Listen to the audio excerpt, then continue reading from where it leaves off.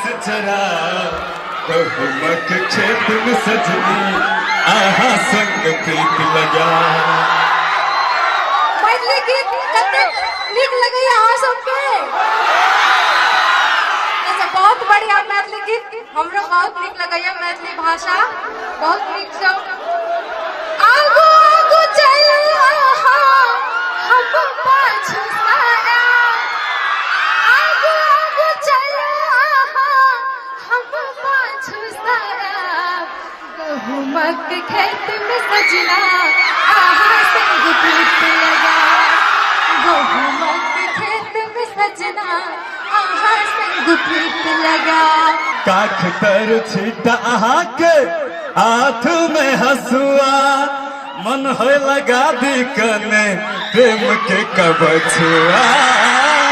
मन हो लगा दी कने प्रेम के कबछुआ। बड़ा निक मैथिली गीत हमरा सबके ज्योति जी गिनो छथि गीत संगीत के बड़ी निक से सजेना छथि गीत संगीत। जहाँ धरि गीत संगीत सब कहियो मरि नहीं सके छे, सदाबहार गीत संगीत ई सब छे। और एक आग्रह करब अपने सब में बहुत रास प्रतिस्पर्धी सब अपन एते निक सब गेलो, बहुत बहुत धन्यवाद। संगे हमर सर सबके बहुत बहुत धन्यवाद।